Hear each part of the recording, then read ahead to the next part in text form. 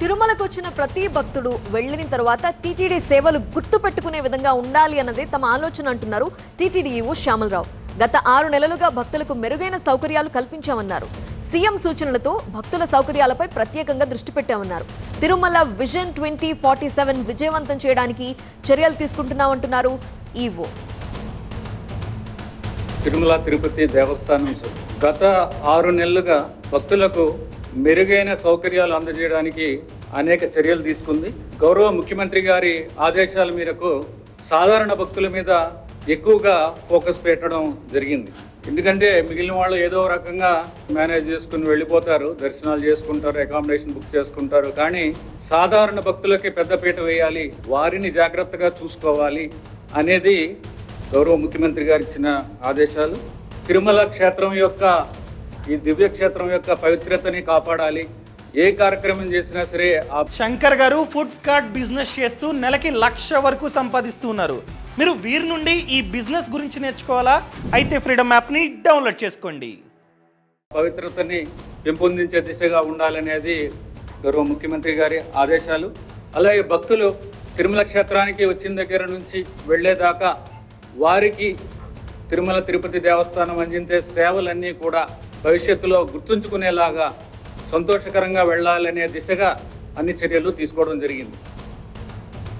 Vision 2047 అంటున్నారు TTD EO. మరిన్ని వివరాలు అందించడానికి మా ప్రతినిధి రాజు లైవ్ లో సిద్ధంగా ఉన్నారు. రాజు, ఒకసారి భక్తుడు తిరుమలకి వస్తే మెమరబుల్ గా ఎప్పటికీ గుర్తుండిపోయే విధంగా సౌకర్యాలు చర్యలు ఉండబోతున్నాయి అంటున్నారు. ఏం చేయబోతున్నారు? అంటే ఖచ్చితంగా గత 6 నెలలుగా చూస్తే మాత్రం తిరుమలలో ఒక ప్రత్యేకత అయితే స్పష్టంగానే కనిపిస్తుంది. పారదర్శక పాలన ద్వారా భక్తులకు మెరుగైన సౌకర్యాలు కల్పించడం ఒకటైతే, మరోవైపు విజన్ 2047 ద్వారా ఖచ్చితంగా తిరుమలను క్షేత్రాన్ని ఒక ఆదర్శ నగరంగా తీర్చిదిద్దాలనేది టీటీడీ ప్లాను. ఇందులో భాగంగానే విజన్ 2047ని తెర మీదకి తీసుకొచ్చింది. 18 ప్రాజెక్టులకు గాను 9 డిపిఆర్ను సిద్ధం చేయబోతోంది. ఇందుకు సంబంధించి ఇప్పటికే విదేశీ ప్రజలతో ఉన్నటువంటి కన్సల్టెన్సీ కూడా ఆహ్వానించింది టీటీడీ. అయితే ప్రధానంగా తిరుమలలో ఉన్నటువంటి నిర్మాణాలు ఏవైతే ఉన్నాయో పూర్తిగా ఆధ్యాత్మికత ఉట్టిపడే విధంగా ఉండాలనేదే టీటీడీ ప్లాను.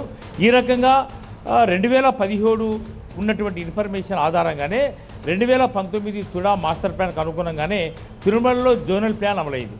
అయితే ఈ జోనల్ ప్లాన్కు అనుగుణంగానే ఇప్పటివరకు టౌన్ ప్లానింగ్ విభాగము టీటీడీలో లేదు కాబట్టి తిరుమలలో జరిగే ప్రతి నిర్మాణం కూడా ఇష్టారాజ్యంగా జరిగింది.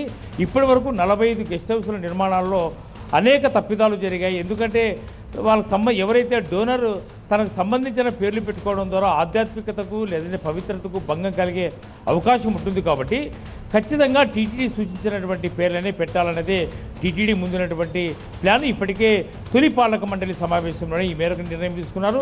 ఎల్లుండి జరిగే పాలక మండలి సమావేశంలో కూడా ఏదైతే విజన్ డాక్యుమెంట్ 2047 అంటే స్వర్ణాంధ్ర ఏ రకంగా ముఖ్యమంత్రి ముందుకు తీసుకెళ్తున్నారు, టీటీడీలో కూడా విజన్ 2047ని ముందుకు తీసుకెళ్లాలని చెప్పేసి టీటీడీ భావిస్తుంది. ప్రత్యేకించి తిరుమలలో అంటే మల్టీ లెవెల్ కాంప్లెక్స్లుగా ఉన్నటువంటి పార్కింగ్ ఏరియా, స్మార్ట్ పార్కింగ్ కానీ ఏంటంటే విచ్చలవిడిగా పార్కింగ్ క్రమబద్ధీకరణ లేకపోవడాన్ని దృష్టిలో పెట్టుకొని భక్తులకు ఏ రకమైన అసౌకర్యం కలగకుండా ఉండే విధంగా చర్యలు తీసుకోవాలనేది మరో నిర్ణయం అయితే, ప్రత్యేకించి తిరుమల నిర్మాణాల విషయంలోనే ప్రత్యేక చొరవ చూపే అవకాశం అయితే స్పష్టంగా కనిపిస్తుంది. మరోవైపు తిరుపతిలో కానీ తిరుమలలో కానీ 2 చోట్ల కూడా తిరుపతికి వచ్చే భక్తులు ఒక ఆధ్యాత్మిక ఉట్టిపడే నగరానికి వచ్చారన్న ఒక ఫీలింగ్ ఉండాలి. ఇందుకు సంబంధించి దేశంలోని ఆలయాలకే తిరుమల క్షేత్రం ఒక ఆదర్శంగా మోడల్ టౌన్గా ఉండే విధంగానే తీర్చిదిద్దాలని టీటీడీ భావిస్తున్న నేపథ్యంలోనే పూర్తిగా మార్పులు చేసేందుకు టీటీడీ సిద్ధమైంది. ఎల్లుండి జరిగే పాలక మండలి సమావేశంలో ఈ మేరకు కీలకమైన నిర్ణయం తీసుకునే అవకాశం అయితే ఉంటుంది. రైట్ రాజు.